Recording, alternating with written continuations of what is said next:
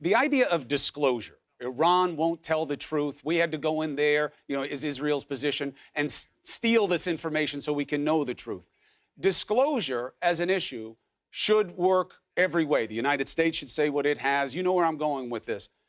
A yes-no question for you.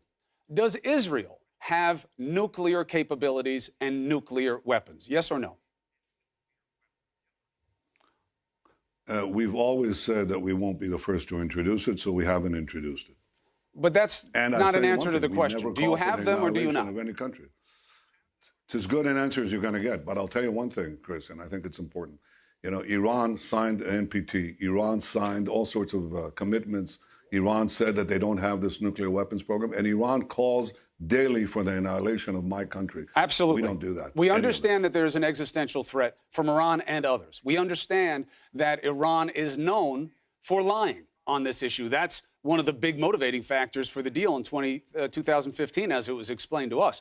But what I'm saying is, if disclosure matters so much, what message does it send when you won't confirm something that is widely believed by the entire international community? How does that inspire the spirit of disclosure? I said that it's not the spirit of disclosure. It's a commitment, a specific written commitment by Iran as part of the deal to disclose what it has. Iran undertook that specific commitment. I understand, but you know what their take on it is that you won't even confirm that you have nuclear weapons when the world already believes that you do. Why? Why keep that quiet?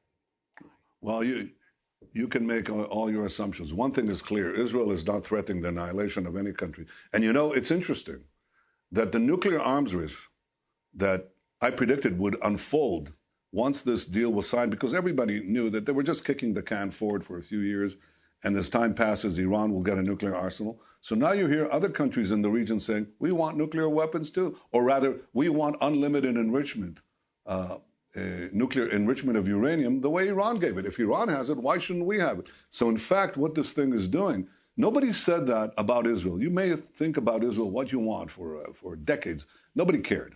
But as soon as they understood that this regime in Tehran, this murderous terrorist regime that wants to conquer all of the Middle East and is sending its terrorist tentacles throughout the world, the minute they understood that it has a clear path to a nuclear arsenal, everybody now in the Middle East is trying to get their hands on nuclear weapons. Not a good idea. So if you want peace, the crucial thing is don't let Iran get a clear path to the bomb. That's what that deal does.